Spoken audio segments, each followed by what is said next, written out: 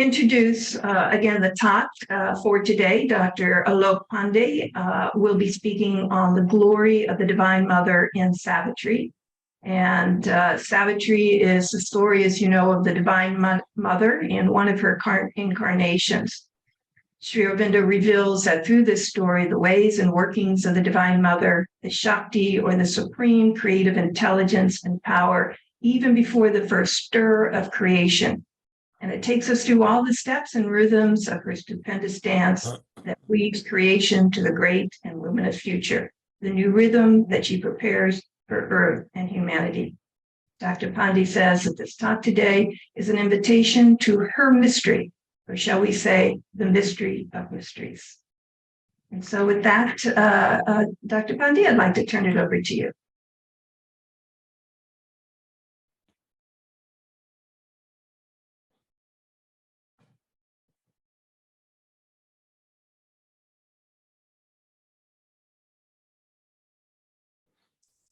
Namaste. So as we know, this story of Savitri, or Savitri is about the story of the Divine Mother. In one of her previous incarnations, when as Savitri, she, along with Satyavan, viewed the ways of immortality. But the story doesn't end there. The story is a beginning whose close, or the final thread, it runs through the entire journey of evolution.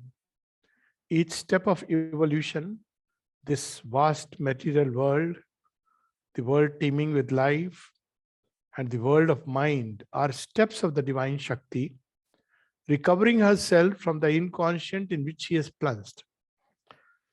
Sri Aurobindo calls it as the Holocaust of the Divine Mother.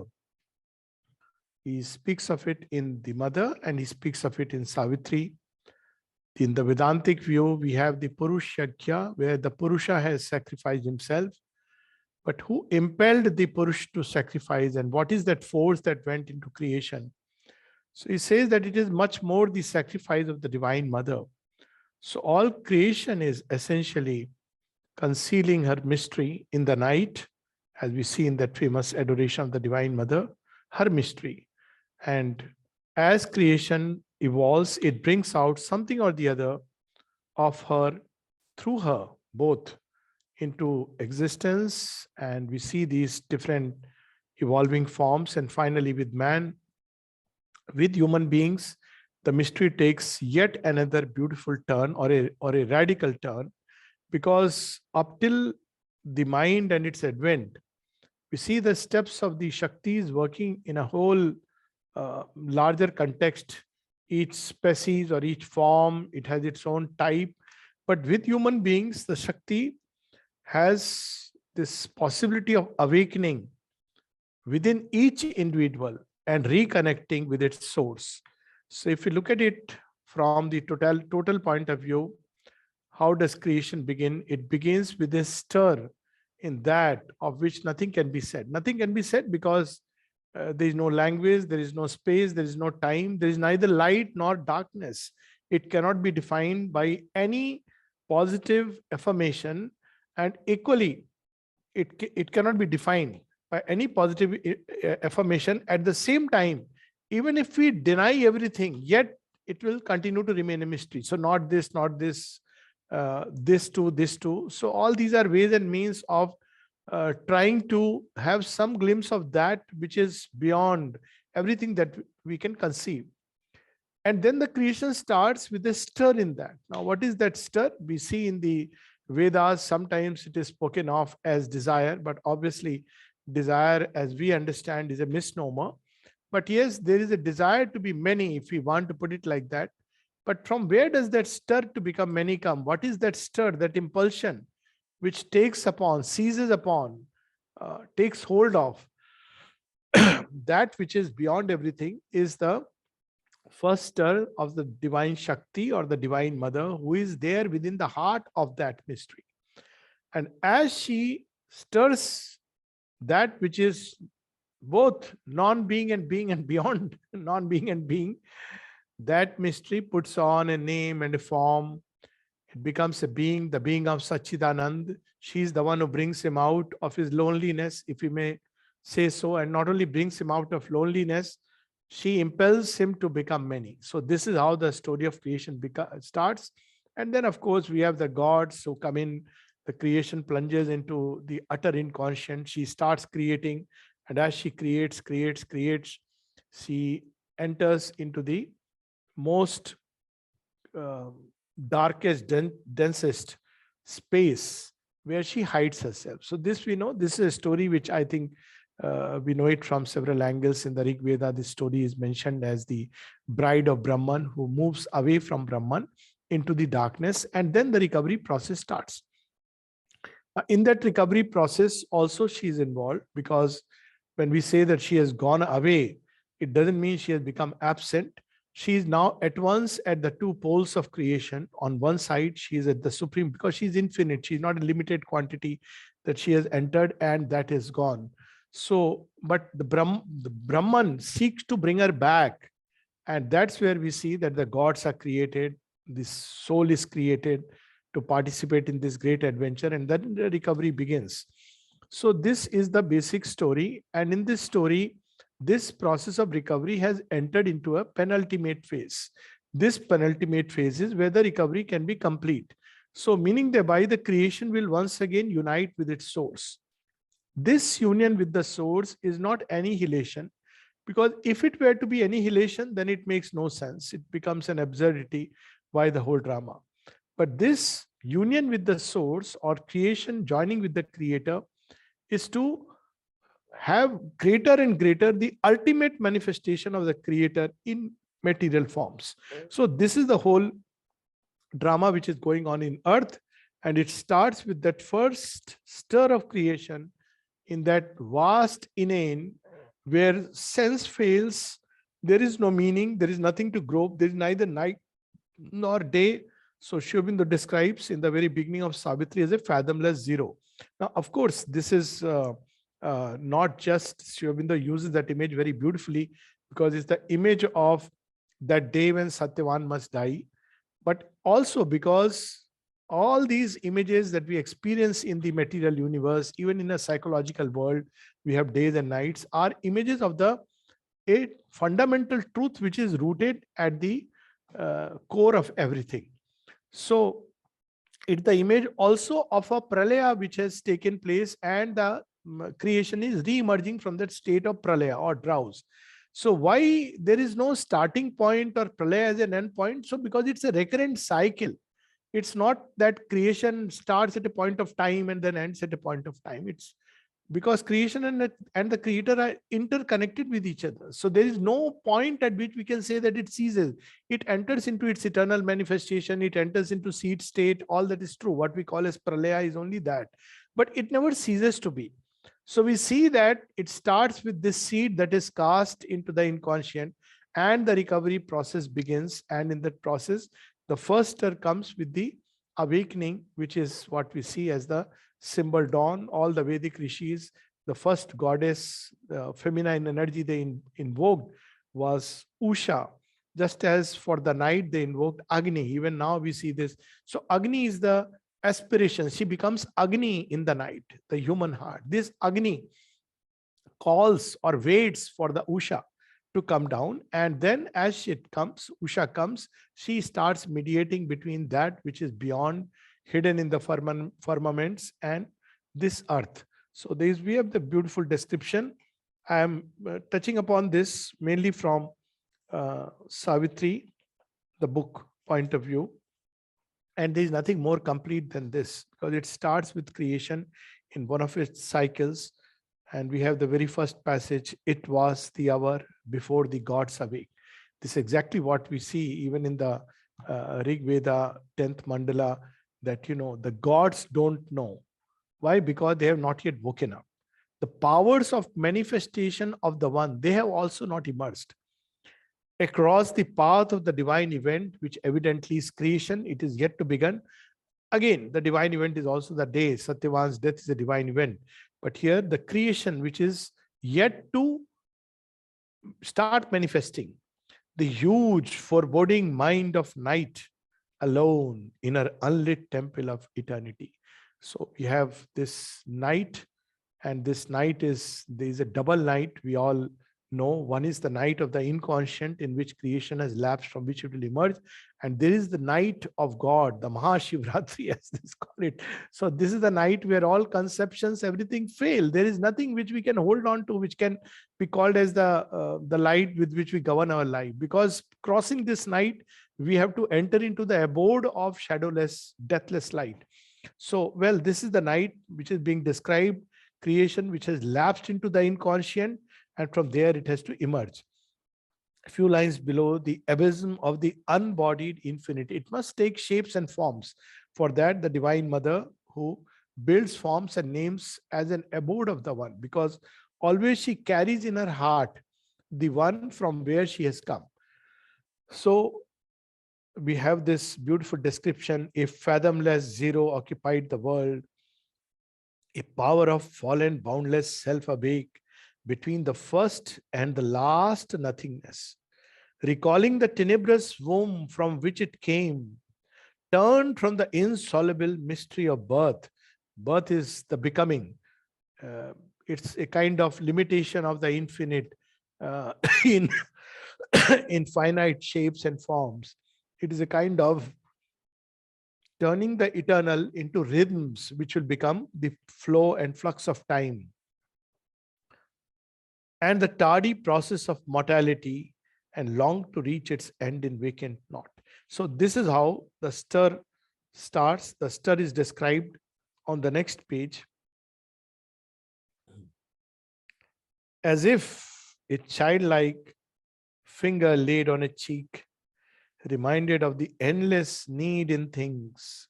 This is the original need, actually.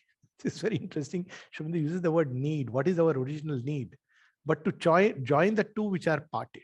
So creation which is plunged into inconscience has this deep need. This need will carry throughout. All of us mistranslate this need into hunger. But hunger is death. It swallows. The infinite, the inconscient keeps swallowing, and it is always hungry. Why? Because ultimately it is only the divine love which can fulfill this need and fill the abyss that we call the universe. At one place in Savitri, Shubhendu says, the abyss that we call the universe. Why? Because it has emerged from the inconscient. So if we go dig deep below, there is the abyss. So this is the need. What is this need? Wow, this is beautiful. Reminded of the endless need in things. It's an endless need.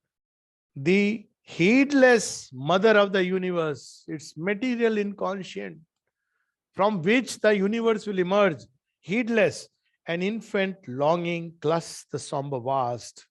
So there is this birth of that initial stir in that inconscient, like a need.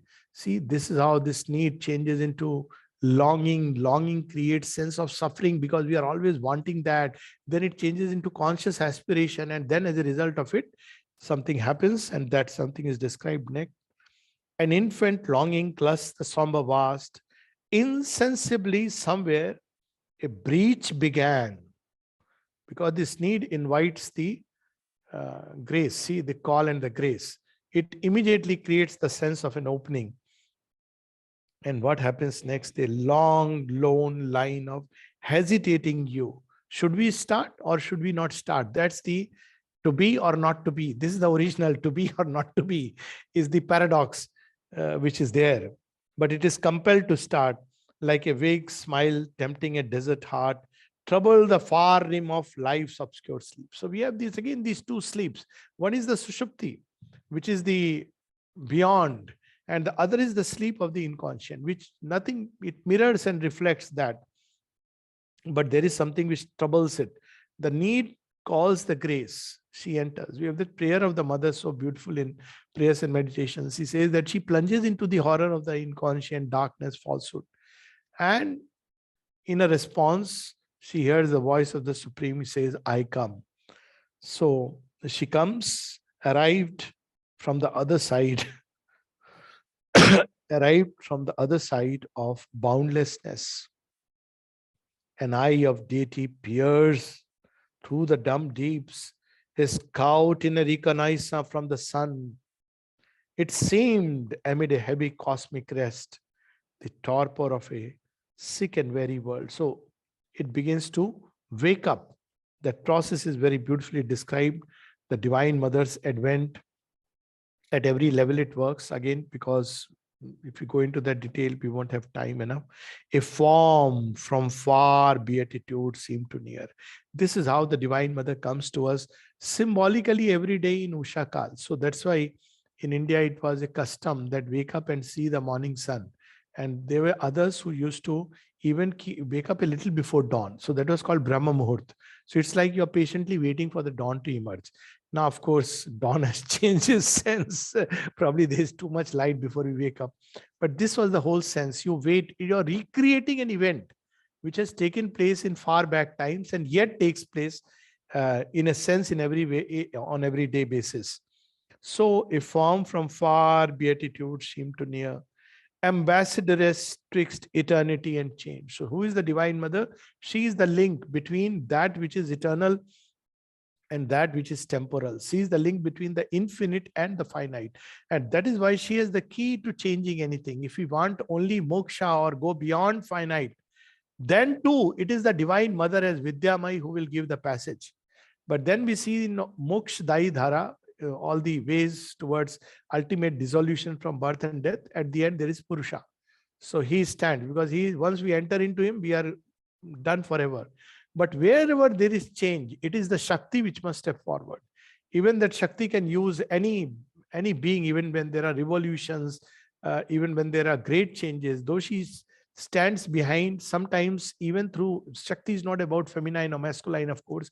Even the heroes, the martyrs, the saints and sages, she becomes Devatma Shakti. She becomes Aghatan Ghatanpati Yasi, who brings the impossible. She becomes the Shakti of the hero who battles and wins and conquers. She becomes the Shakti which bears 1,000 wounds in the oppressed and the weary and the desolate. So she becomes these various kinds of Shakti in this universe, which help the universe move forward.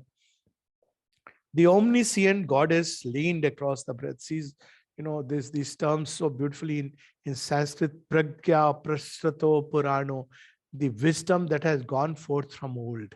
So this is how she comes. She's omniscient and she leans across the breath that wrap the fated journeyings of the stars. So journeying of the stars is, of course, the movement of the star, the cosmic movement through which human destiny moves through the jigsaw puzzle of life.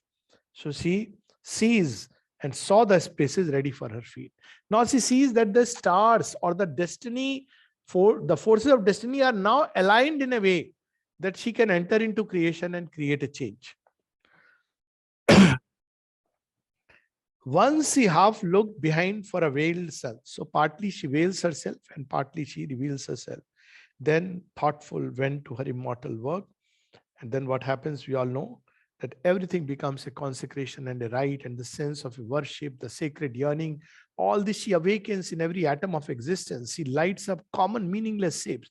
Everything, that fire, which she is that original fire, which is in the creation inconscient, suddenly that energy is lit up and everything grows beautiful by her touch. So this is the first part where he speaks of this story is the replication of what happens in the origin, if you may use the word, where time is not yet, and the story which repeats at every cycle, end of every cycle. And then he zooms in. So this is the story of the Divine Mother coming and pulling creation out of the inconscient, out of sleep, out of torpor, out of its state of blind subjugation to inertia and darkness. She comes and she wakes up everyone. And then he zooms into one such moment when the Divine Mother has incarnated as Savitri, and now we can bring here as the Divine Mother. She has come. She has come to wake us up. So, but first, when she wakes up, what is this world that she finds? When she looks upon how the Divine Mother would have seen all of us, this world that is described, and Savitri too awoke among these tribes, all these various tribes, the root races, human beings, she also wakes up. Now she is the sovereign, the glorious, the splendid, who is looking at, these are the people with whom I have to work. So It is like one with a vision leading the blind. You see, Upanishad describes the blind leading the blind. That is okay. Both fall into the ditch, but they don't know they are falling into the ditch. But just imagine a person with vision leading the blind. So this is the task for which she has come. And what does she find? And Savitri too awoke among these tribes that hasten to join the brilliant summoner's chant. Sun is calling them through her. Wake up, come, effort, and the joy and the pang. But who are these tribes? And lured by the beauty of the apparent ways, acclaimed their portion of ephemeral joy. There can be no better description of us. They woke up to the great effort and the pang, but where does it end in? My little dole of happiness, my little dole of, all kinds of things. Well, my little space where I can rest in peace, which ultimately become RIP. So all this, she wakes up, but she's born with the anguish of the gods. And she's not come for these little things. She has not come. Divine Mother has not taken a human body just to, of course, we can form that relation with her to just fulfill our, my son has to study in, I don't know which university, Nalanda University of the future, Oro University. Well, that's the future. I do look at it like that. So she doesn't come for these things that, grant us these little boons and wishes that she can grant from there. But why does she come? She comes to do what she alone can do, and that is to transform earth and mankind. So she comes born with the, anguish. And what has she brought with her? Because she has come, the Divine Mother brings certain gifts. What are the gifts? She had brought with her into the human form the calm delight that weds one soul to all, the key to the flaming doors of ecstasy. Well, this is the story, but the story takes a tragic turn, as it were. Man rejects the boon. Try telling people Divine Mother is here to transform us. Most people will say, you see, people often ask, why is Sri Aurobindo not so well known or people? Well, this is the reason. He's giving us the ultimate elixir. We don't want that. We want everyday life, which is like, whom will I get married to? Will I have a happy married life? We want that parrot and the tarot. Sorry. So this is our life. So she comes. So earth rejects that boon, and it instead gives, it says, my pleasure and tears. This is the life I want to lead. And then what she does, she has come to do this work. So she takes all this humanness into herself. This destiny of man which has to meet doom, and brings out of her that love which can transform this destiny into the highest truth. So we have this description that she becomes the sacrificant and the sacrifice. So she starts making this sacrifice to invoke the highest. And this is we see in the very first canto, this whole thing is described. And the second canto we see is about who the Divine Mother is. Beautiful description. When she comes as an avatar, I'll just quickly read. We had already read this. So still very quickly, she has taken a human body, and that is being described that though she is human, yet within that human body, there is always something inwardly above the human, which is mating with the divine. That's how Sri Aurobindo described when somebody asked Sri Aurobindo that some believe that the mother became divine through sadhana. Others believe, no, she was divine from birth. And some give this prayers and meditation as a proof that, people give proof without knowing, anyways. So Sri Aurobindo says that, well, the prayers and meditations are to show us how to pray. She is a mother, she is teaching us from kindergarten what to ask for. So she is teaching us how to pray. But as far as she is concerned, the divine puts on a cloak of humanity, but never ceases to be divine. The mother was always above the human, even as a child. So there is the description of her, all in her pointed to a nobler kind, near to earth's wideness, intimate with heaven, exalted and swift her young, large visioned spirit, voyaging through worlds of splendor and of calm, overflow the ways of thought to unborn things. And she's come armed with the power. Divine Mother brings power. She's power, Shakti. So what is the power that she has brought with her this time? The power which can assure the change. and that power is revealed. Love in her was wider than the universe. The whole world could take refuge in a single heart. The great and unsatisfied Godhead here could dwell, vacant of the dwarf self's imprisoned air. Her mood could harbor her sublimer breath. In her, he found a vastness like his own, and moved in her as in his natural home. In her, he met his own eternity. She is armed with the power of divine love, because only divine love can transform and at the same time support the journey of process of transformation. Power of purification will destroy and remold. But divine love doesn't do this. Divine love keeps adding something, something, something, like little drop, until the whole being begins to change. She says divine love is like a leaven which goes into the bread and makes it come out. So this is what she has come with, and she is born to do it, and she has no doom can take away this will from her. And she sees that which way the human destiny is going. She sees all that. We know the First and Second World War, but her single will opposed the cosmic rule. It was a rule which was hurtling towards another pralaya. To stay the wheels of doom, this greatness rose. Her strength made greater by the lightning's touch. A heart stood in the way of the driving wheels. Its giant workings paused in front of a mind. Its dark conventions met the flame of his soul. No, he said, to all this possibility of pralaya. Yes, he said, to the possibility of a new creation. And she went about taking up this work. So this is where we see that in the first two cantos. Then we have a long journey of Ashwapati, where on several levels he meets the Divine Mother, until he reaches the very highest from where the sanction comes. So I'll just quickly read. But before that, there is a description how she becomes, the Purusha and Prakriti, the two who are one and play in many worlds. So quickly, I'll just read a couple of lines and then go further. There are two who are one and play in many worlds. So these two are the Ishvara and Shakti. They become Brahman and Maya. Maya, Vidyamai Maya, who is conscious of oneness, is with Brahman. And Brahman becomes Purusha, and Maya also becomes Avidyamai Maya. She becomes material nature Prakriti.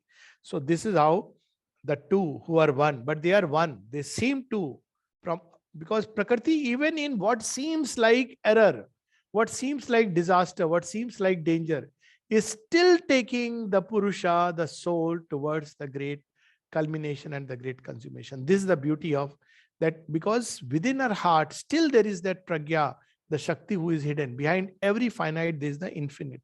So we have this, there are two who are one and play in many worlds. In knowledge and ignorance, they have spoken and met. These are the two modes of working of the one divine Mahamaya. There is the Avidyamai and the Vidyamai. Knowledge is Vidyamai. So Vidyamai always knows oneness. So we see in this creation, there is always oneness behind everything. Reduce anything, ultimately you will see the same pattern, oneness, which is there behind. But also there is differentiation and infinite variety. So that is Avidyamai, where the finger loses itself in that finger and forgets whose finger it is. Whereas the one knows that this is my finger. So this is the difference. Vidya and Avidya, they both operate. In the beginning, Avidya is needed in the return journey, and then as Vidyamai, she releases into the light. But the divine Shakti is beyond both knowledge and ignorance. Knowledge and ignorance are the two terms for creation. Light and darkness are their eyes interchange. Our pleasure and pain are their wrestle and embrace. Our deeds, our hopes are intimate to their tale. They are married secretly in our thought and life. So everywhere she is there and in everything. So she is the energy which moves all things, as we know, Prakriti, and he has become the soul in man, which is seeking and struggling to come out. Thus have they made their play with us for roles, author and actor with himself as seen. He moves there as soul, as nature she. Then of course Ashwapati sees all these secret, and we have this beautiful image. The two who are one are the secret of all power. The two who are one are the might and right in things. His soul silent supports the world and her. His acts are her commandments, registers. Happy, inert, he lies beneath her feet. Even in the inconscious, the divine who supports the play. Otherwise, creation will sink.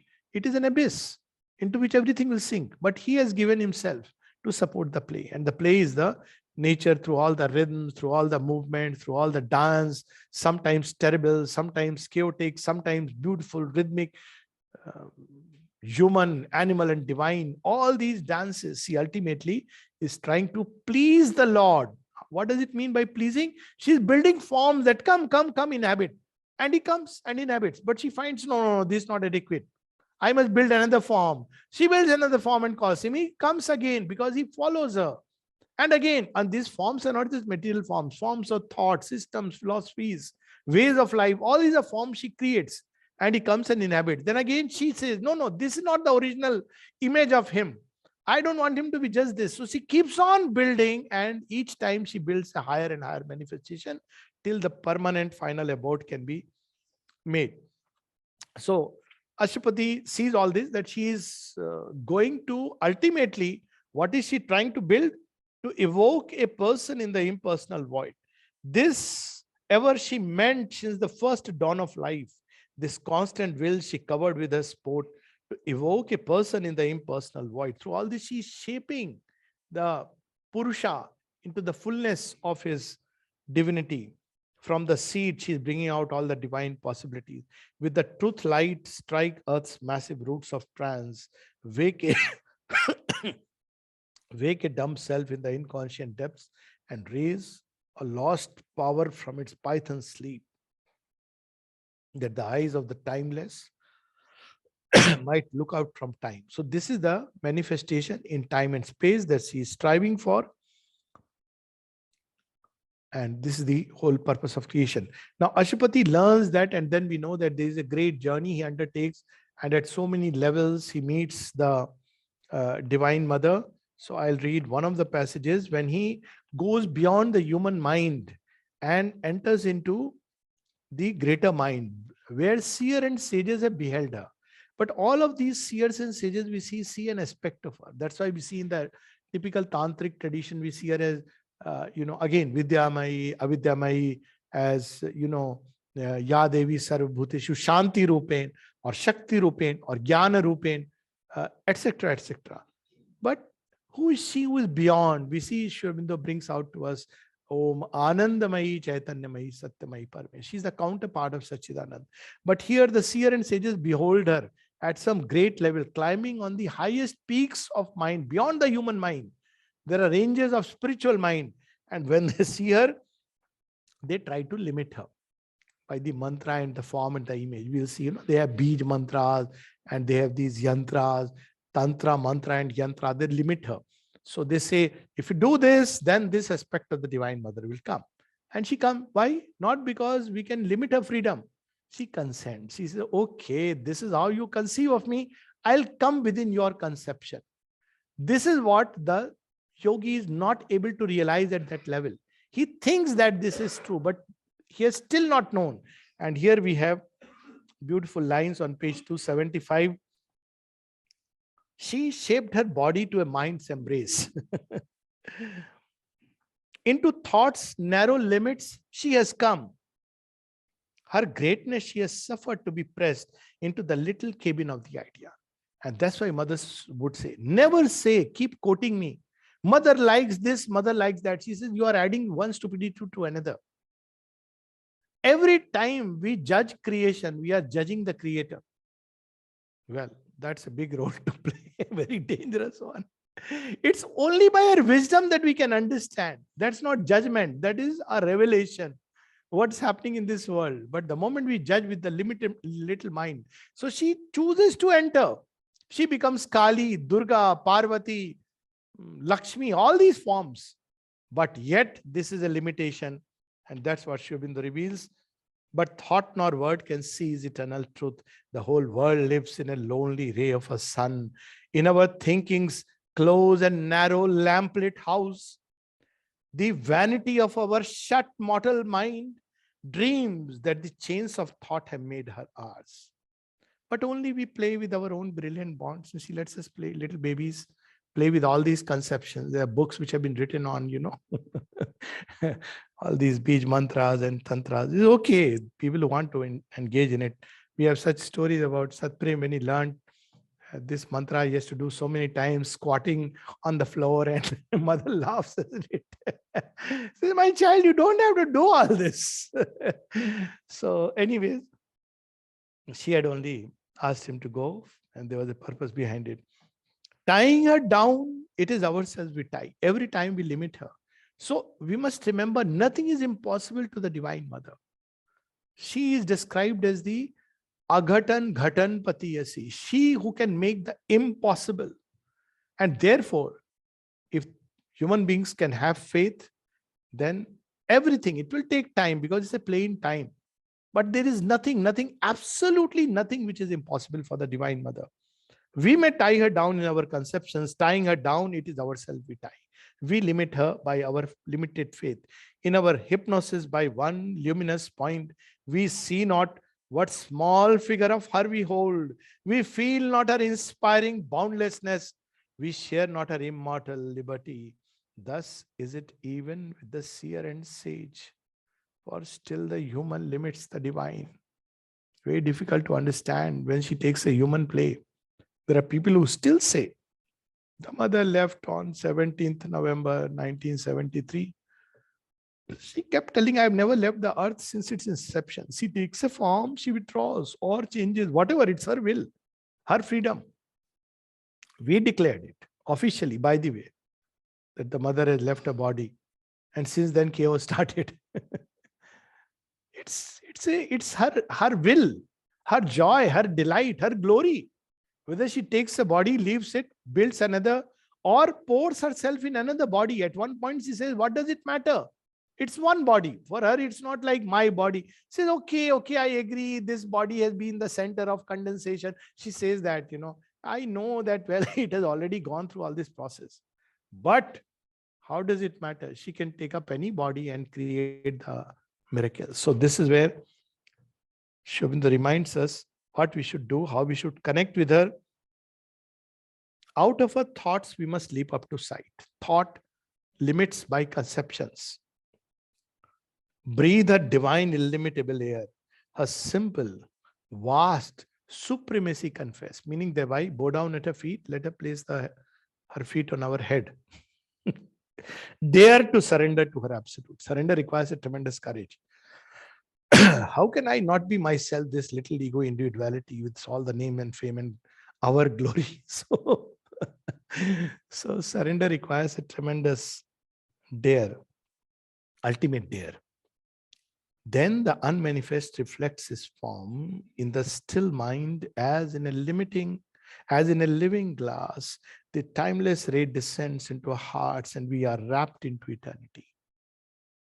For truth is wider, greater than her forms. 1,000 icons they have made of her and find her in the idols they adore, but she remains herself and infinite. So if we call her by any name, she'll be there. Somebody asked her, Mother, Sri Aurobindo says that you created the universe, but in our Puranas it is said that Brahma created. So look at the disciple, a great disciple. So the mother says, didn't he tell you that I am the mother of Brahma also? And I create. It's so beautiful. How can Brahma create without Shakti? So of course, in the Devi Bhagavad Puran, Devi Puran, it is there already. So how can Brahma, where is the Shakti of Brahma? So she is the Devatma Shakti, the power of the gods to create. So anyways, so Ashwapati goes beyond this mind into the highest overmind, the cosmic consciousness. And he wants to go beyond for this perfect remedy for the ills of the world. And we see on page 295, this glory of the Divine Mother who stands above the gods. She's the mother of the gods. And as the cosmic spirit, so who is she? Ever disguised, she awaits the seeking spirit. So before that, we have these pair of gods. There he beheld this in the world soul. There he beheld in their mighty union's poise the figure of the deathless two in one, a single being in two bodies clasped, a diarchy of two united souls, seated absorbed in deep creative joy. The trance of bliss sustained the mobile world.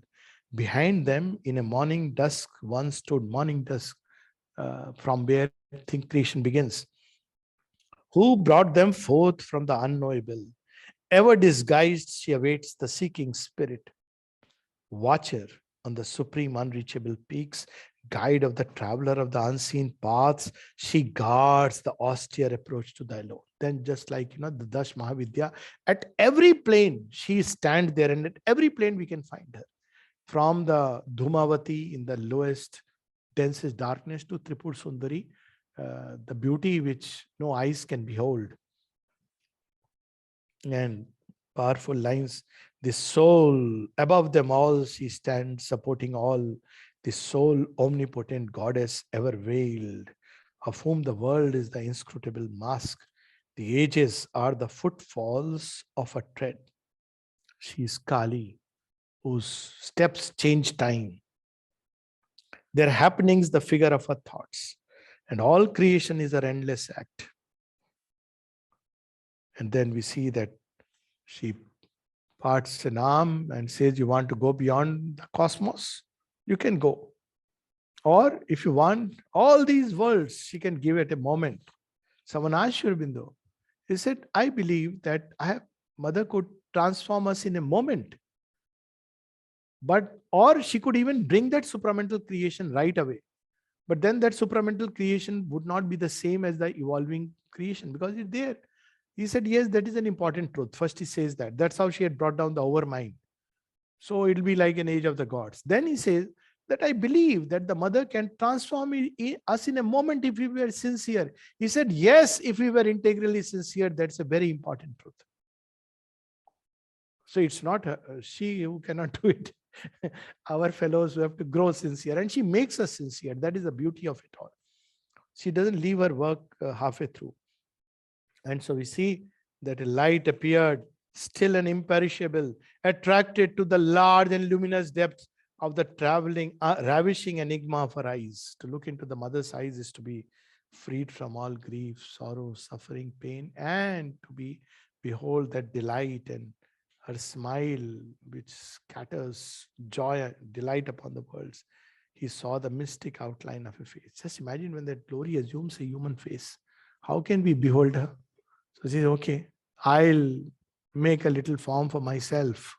She molds not only her own forms, but the forms of the vibhutis of herself and of the Ishvara, because these forms must reflect something. So she does that. Overwhelmed by her implacable light and bliss, an atom of her illimitable self, mastered by the honey and lightnings of her power, tossed towards the shores of her ocean ecstasy, drunk with a deep, golden spiritual wine, he cast from the rent stillness of his soul a cry of adoration and desire, and the surrender of his boundless mind, and the self-giving of his silent heart. He fell down at her feet, unconscious, prone. The Divine Mother is in front of us. What will we ask? The most commonsensical, rational, if we would be rational, is to say, take me fully, make me yours.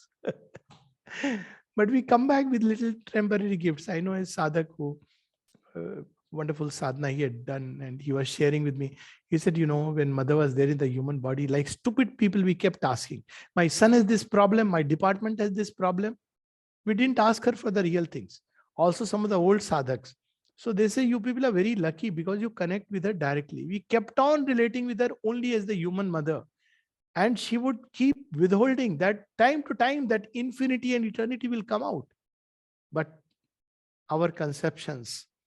So anyways, so Ashwapati, she knows the aspiration, lets him pass, and there he meets the great Purusha of the Rig Veda, who is, whose sacrifice builds the world. But he is in that state of inert. It's that super conscient, it's another kind of inertia. That inertia will become the inconscient. It holds all the seeds inside itself. So you cannot go unless you cross all conceptions and perceptions, which is, of course, Hiranyagarbha. So you have to pass beyond that. So when you enter, there is nothing absolutely, because everything is held back in a seed state. So Ashupati doesn't know what to do, because if you enter, you go back into the seed state, dissolve there. But Ashupati had a different seeking here to fulfill himself was his desire. So this is the supreme moksha that the Purusha can grant, where you dissolve, you are brought back to that seed state and everything finishes. But he stands on the verge, and then out of that heart of loneliness, out of that deep mystic trance of the one. Now we see the story in the first part, Canto 1. Now we see its original part. So this is a recreation from material nature, the sun, and that image now finds its fulfillment. Out of that heart emerges the Divine Mother. This is the highest, the Supreme Mother, the transcendent Mother. Even while he stood on being's naked edge, and all the passion and seeking of his soul faced their extinction in some featureless vast, the presence he yearned for suddenly drew close, a being of wisdom, power, and delight, even as a mother draws a child to her arms, took to her breast nature and world and soul, affirming everything. She is the one who brings out the Shakti, which brings out all these seeds, and she casts them in Brahma and Vishnu and Mahesh and all the various gods who will then carry the errands that she has appointed, in the strength, power that she has given. And we have that wonderful description. At the head, she stands of birth and toil and fate. In their slow round, the cycles turn to her call. In their slow round, the cycles turn to her call. Alone her hands can change time's dragon base. Hers is the mystery, the night conscious. She is there in both the night, what seems like Susupti. She is there. She is there even in this night of the inconscient. She is the power which is hidden. Alone her hands can change time's dragon base. These are the four foundations of the inconscient. So we have the dragon, we have the sphinx, the eternal sphinx, the eternal doubter, and dragon who will just not shift, move, utter sloth, inertia. So there are these four guardians who are seated below, who will refuse to budge, but she can change. When she comes, they start flying, become flying dragons and join the tail. The spirit's alchemist energy is hers. She is the golden bridge, the wonderful fire, the luminous heart of the unknown is she, a power of silence in the depths of God. She is the force, the inevitable word, the magnet of a difficult ascent, the sun from which we kindle all our suns, the light that leans from the unrealized, vast, the joy that beckons from the impossible, the might of all that never yet came down. So all nature in her ignorance is striving towards her. All nature dumbly calls to her alone. So this is a beautiful, the Divine Mother eventually consents. We had read last time. So she says, first she says that earth is not ready, and Ashupati prays, she comes, she consents, she takes a human form, she grows up.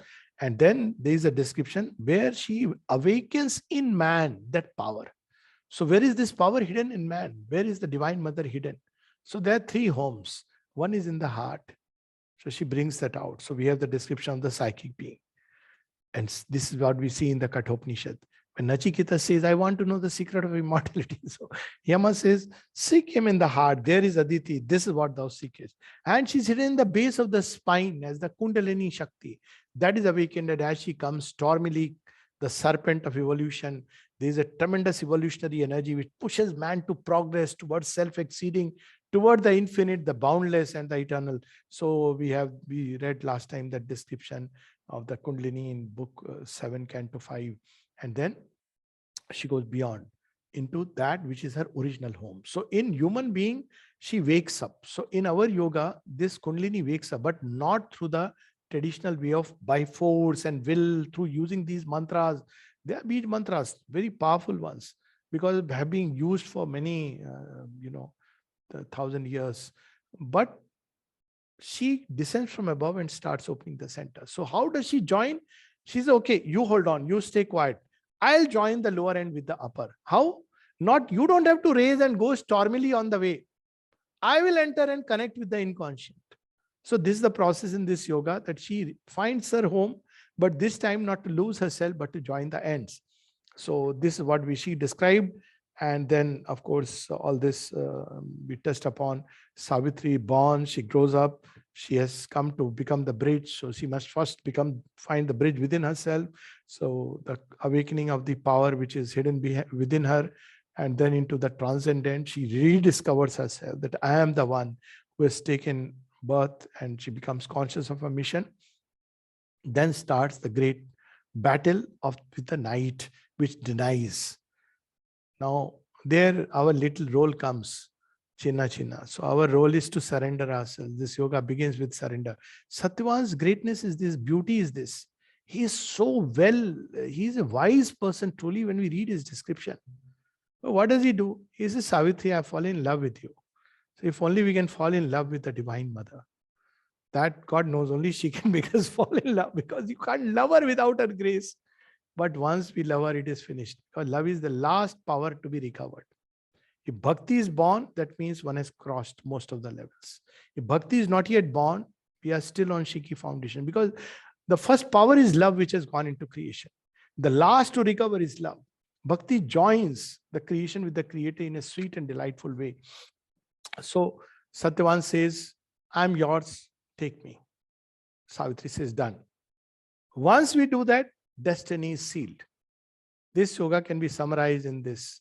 The soul calling the divine grace, saying, yes, and nothing can keep us away. But night will come across the path of the divine event, the huge fathomless mind of night. How dare? And then we go through the, what is it called, ride in that water sport. Anyways, topsitter, we ride where we scream, shout, close our eyes. Roller coaster ride. But at the end of it, she holds us. We don't know, because we have given to her. She fights our battle through the domains of death. So we see that, she battles with death. And at the end, wherever there is she, the victory is certain. The human soul must have addition to her. So we see that Satyavan, in the last moment of his death, all that he says, he doesn't say call. In India, we say 112 or 108 for ambulance, 901 or whatever. So all that we have to say is, Mother, Mother, I am yours. So Satyavan just says this, Savitri, oh Savitri, lean over me and kiss me for a while. Maybe your kiss may bring me back to life. See this kiss of the divine.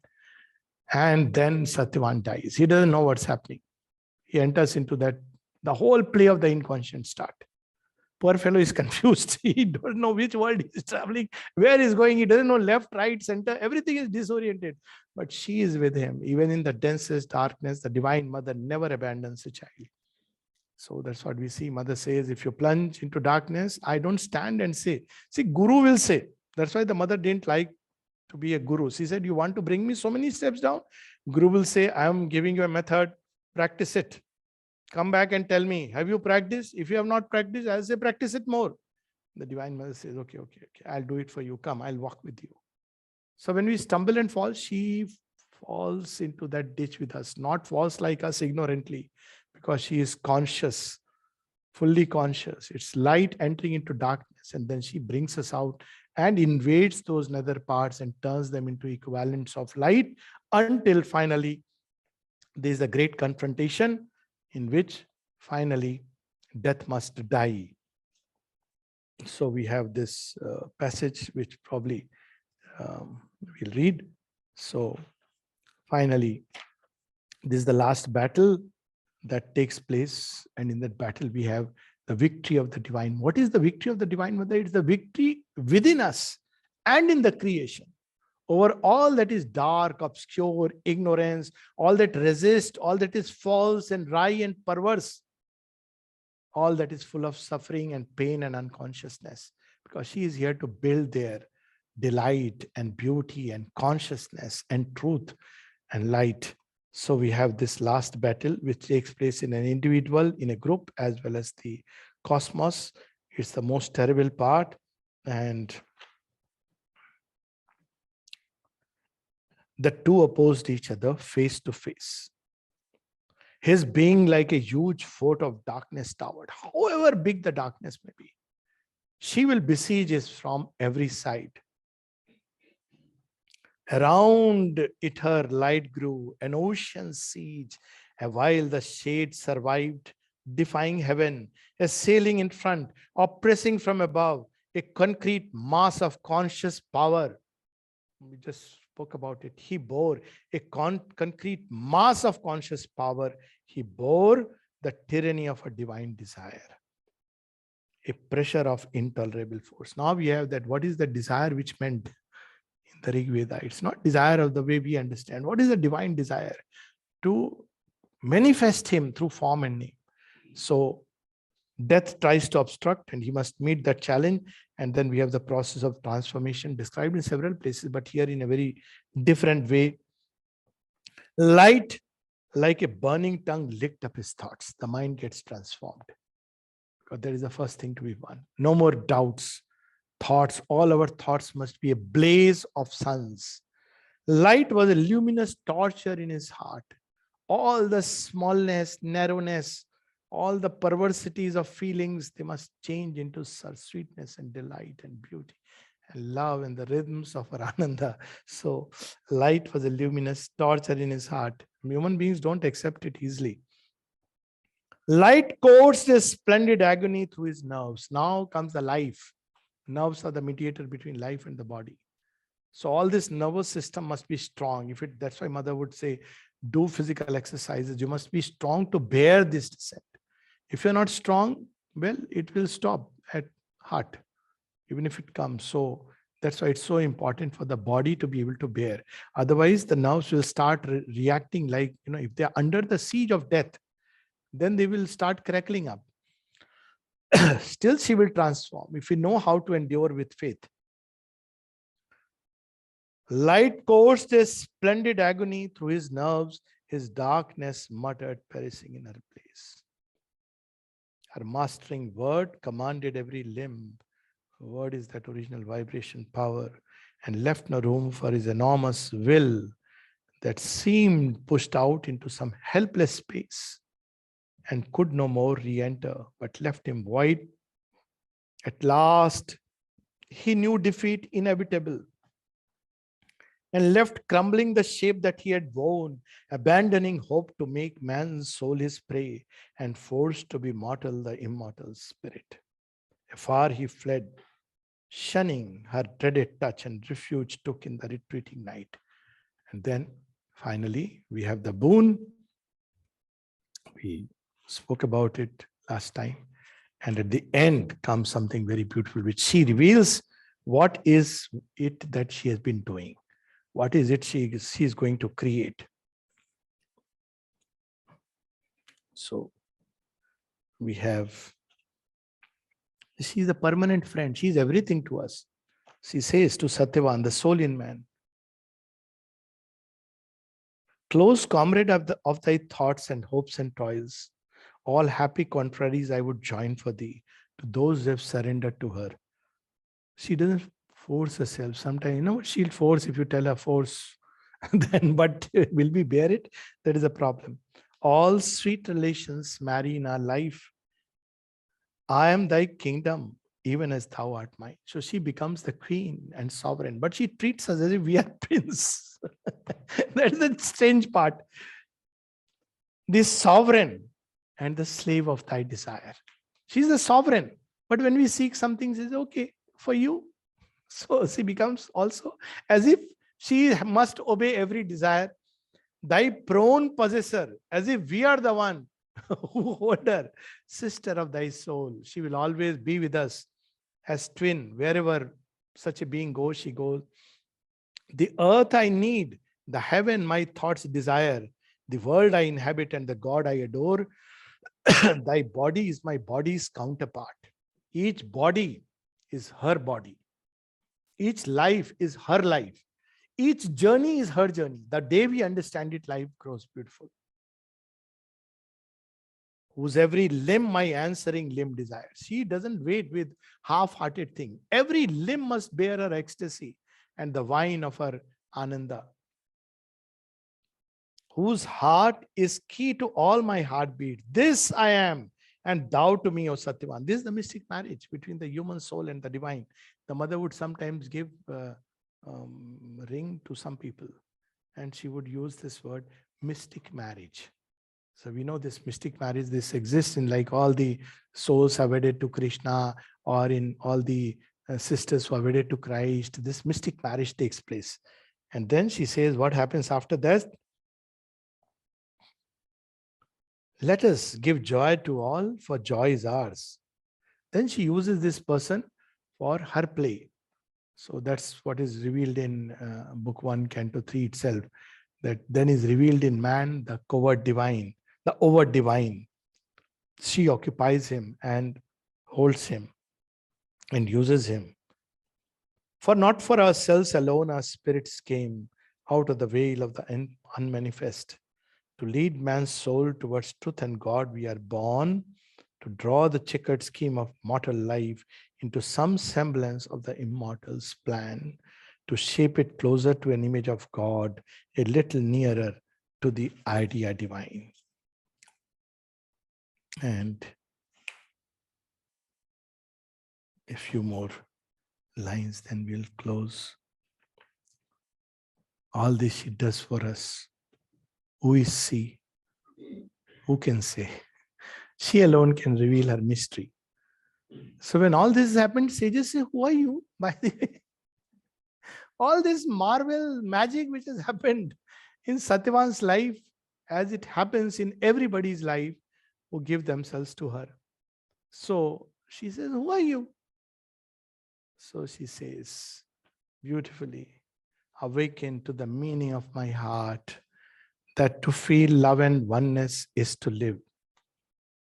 And this, the magic of our golden change, is all the truth I know or seek, O sage. Oneness and love, that is the power she brings above all. And with that power, she transforms the human soul into the image of the divine. Why? Because the one wanted to become many. Eko ham bahushyam. That's her agenda. 1 point agenda. If for that she has to send us to the kindergarten school of ignorance, where Mr. Suffering and Messrs. Death come and teach us, so be it. She knows after kindergarten, when I have to change to the school, body changes. I'll give him a new dress, put him into higher grade. But this is the original will she has with us, her and all who turn to her. Now this project has entered into in its final stages for souls that are ready.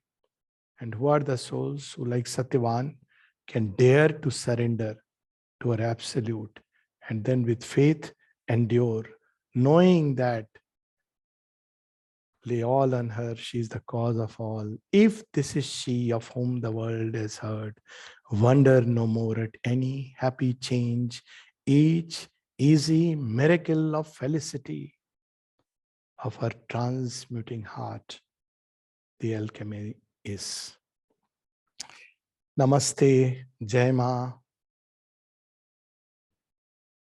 Thank you, Alok, very much for this kind of joining all our consciousness with the mother's consciousness. We could feel it's tangibly present, and there are several questions to you. Yes. There are also many thankful remarks. So beautiful, Alok, at her feet. People feel the presence and love of the psychic towards the mother. We are all children of the mother. And if you have people from your group there asking questions, are also possible if they want to make remarks or something, because they're also listening to you. But here, what is written in our page is surrendering, building a home for the mother.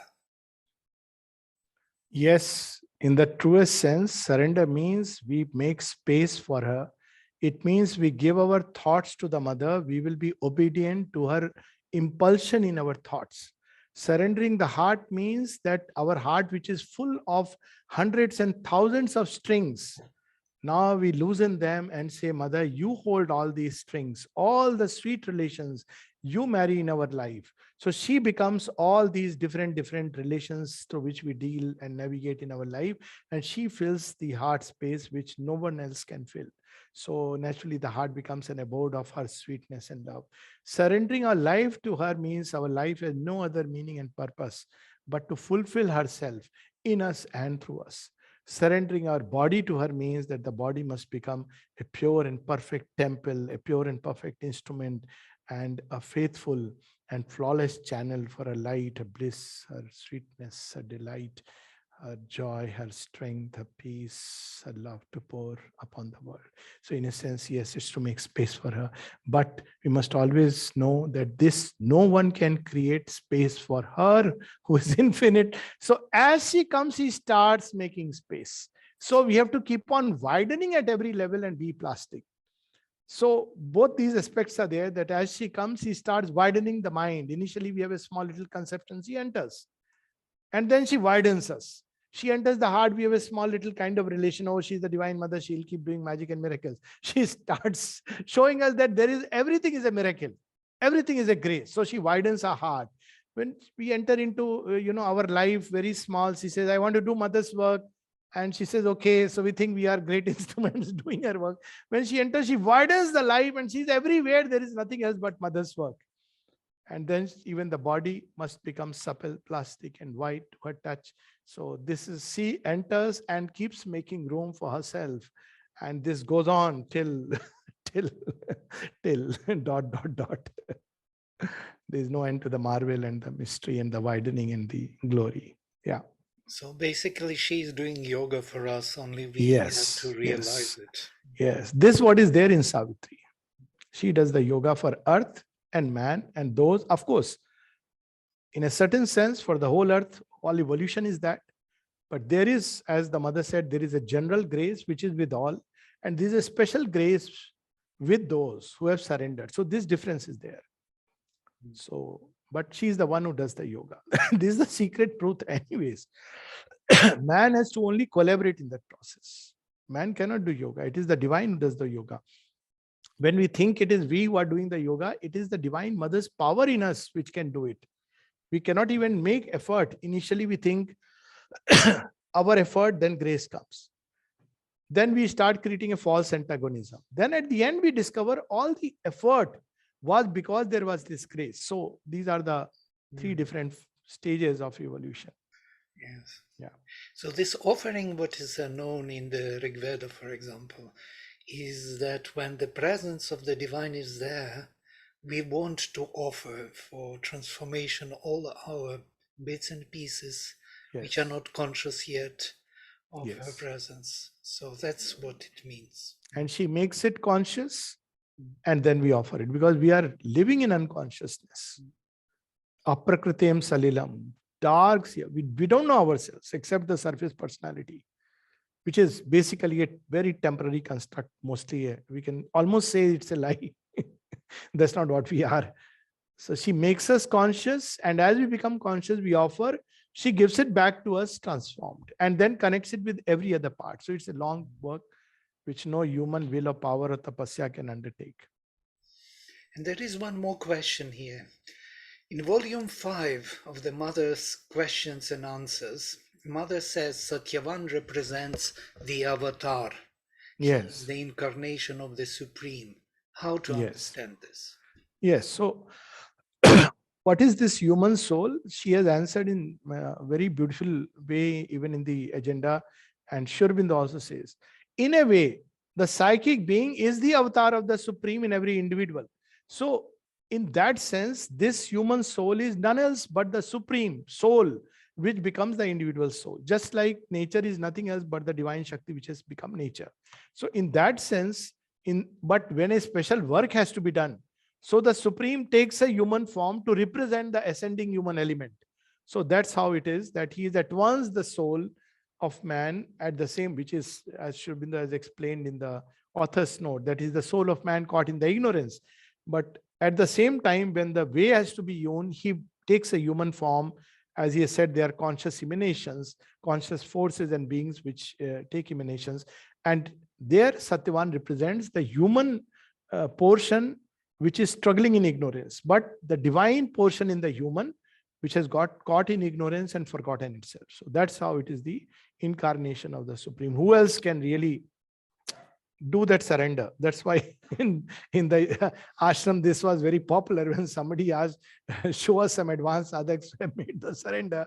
And Hardan Bakshi will say, don't tell to anyone, there are only two, don't breathe a word. So the person will come, tell me about the names of those sadhaks, and he will say Sri Aurobindo to the mother and the mother to Sri Aurobindo, which is so true. When we look at, Sri Aurobindo shows us the way equally by his gesture. When mother will bring him food, 9 o'clock, once at 4 o'clock, Sri Aurobindo doesn't utter a word. This is surrender, if we like.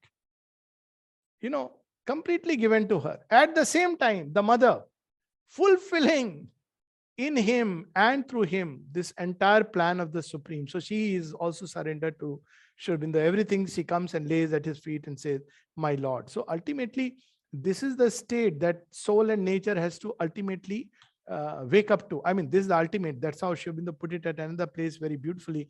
He says, I have not come here to create mutts or sannyasis. I have come here to call the souls of the strong to the Leela of Krishna and Kali. And there he says that where every girl and every boy, they become in that image. We have to become in the divine image. This transfiguration is earth's due to heaven. So, but someone has to show us how the human being have to be to become that image. So that's where he is the avatar of the Supreme who shows us the way.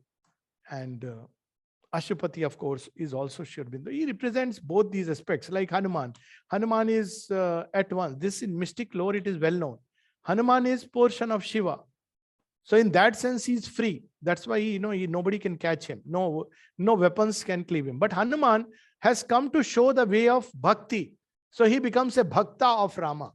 So both these things he represents within himself because he has to play that role. Thank you. Thank you so much for this beautiful exposition. We are very honored to have you here with us again, and especially on this topic of the Divine Mother. Namaste. Thank you so much, Namaste. Dr. Pandey. Namaste. Namaste. Namaste.